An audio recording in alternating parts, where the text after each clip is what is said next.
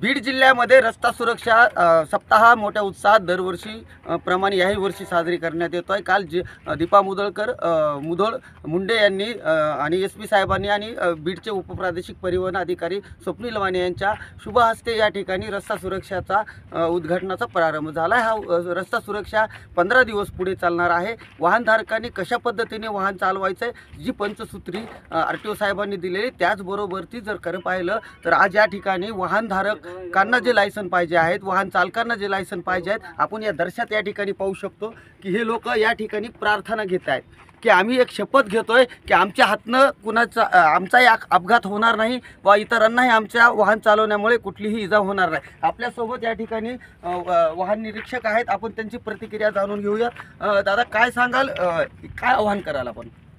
आता रस्ता सुरक्षा सप्ताह सुरूच आहे। दरवर्षीप्रमाणे याही आपल्या कार्यालयातर्फे जिल्हाभरामध्ये विविध कार्यक्रम राबवले जात आहेत। त्या अनुषंगाने आज इथे परीक्षार्थी जे आलेले आहेत त्यांना आपण रस्ता सुरक्षेची शपथ देतो आहे। तसेच लोकांमध्ये अवेअरनेस वाढावा म्हणून जाता येता हेल्मेट घालणे, सीट बेल्ट घालणे, ॲक्सिडेंट न होण्यासाठी ज्या उपाययोजना करता येतील त्या आपण उपाययोजना प्रयत्न करतो आहे। तसेच लोकांमध्ये जागृती करण्याचा प्रयत्न निर्माण करतो। यस, एकूणच लोकांमध्ये जागृती होणं गरजेचंच आहे।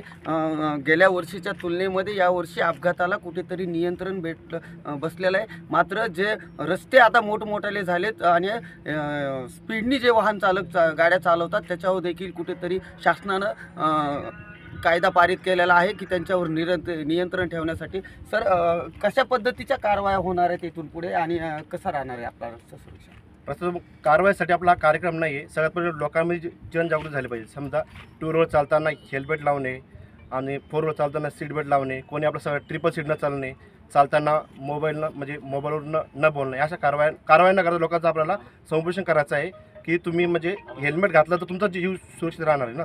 एकूणच रस्ता सुरक्षा सप्ताह म्हणजे कारवायाचा सप्ताह नसून हे लोकांचं समुपदेशन करायचं आहे। याच्या माध्यमातूनच बीडच्या RTO कार्यालयानं आता विविध शाळेमध्ये वादविवाद स्पर्धा, वक्तृत्व स्पर्धा, विविध कार्यक्रमांचं आयोजन, रस्त्यावरती जे वाहनधारक आहेत त्यांना समुपदेशन करणं हाच या कार्यालयाचा मुख्य उद्देश राहिलेला आहे। मी अनिल गोरड, भारत 24 ताससाठी बीड।